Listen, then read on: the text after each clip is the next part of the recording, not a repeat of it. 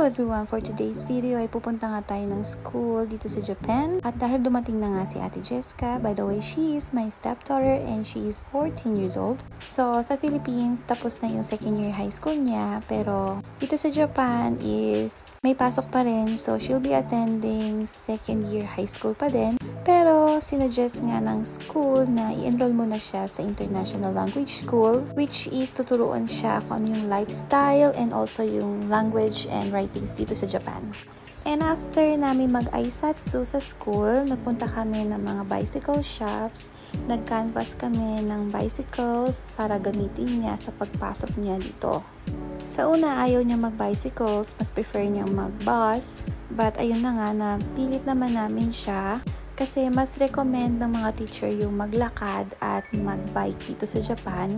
Nagbibigay naman sila ng consideration, depende na lang kung talaga napakalayo talaga ng bahay mo. Tapos ito yung unang shop na pinuntahan namin, yung Asahi. Meron kasing specific bike for student na hinahanap namin. Meron din naman for moms. Medyo kabado lang kasi siya kasi nga matagal na daw siyang hindi nakapag-bike. And then nagpunta ulit kami ng second shop, itong Daiwa Cycle, malapit lang din dito sa amin. Canvas din kami. Anyway, ito nga palang jumper niya, nag-shopping din kami sa mga thrift shop kasi yun nga yung una niyang sinabi sa akin, Mami, gusto kong mag-thrift shop. So sure, why not? Sabi ko sa kanya, hindi ka na lang bumili ng bago, pero yun na nga daw madali siya magsawa sa clothes, so mas prefer niya yung mga thrift or second hand shop. Anyway, cute naman yung mga yung mga napili niya. So, back to the bicycle. Marami kaming pinuntahang mga bicycle shop. Anyway, ito nga pala yung kanyang daddy. Super support naman sa paghahanap ng bicycle. Actually, yung daddy niya yung nag-push para mag-bicycle siya or bumili ng bicycle.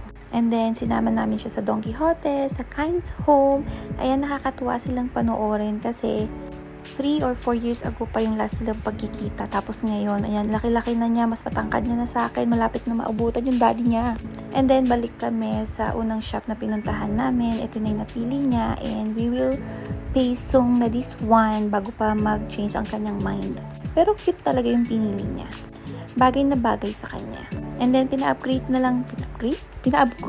lang namin yung kanyang bike o yung mga kulang. Tapos, kinabukasan na pinick up. And then, after pag-pick up, ayan na nga, nagpa-practice na sila. Medyo kabado lang si Anakish dahil nga ang tagal niya nang hindi nag-bike.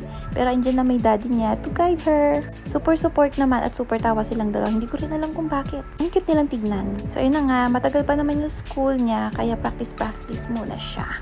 At buti na lang, malaki yung aming garahe kasi ang dami na naming bike. Yun lang, share ko lang. Bye!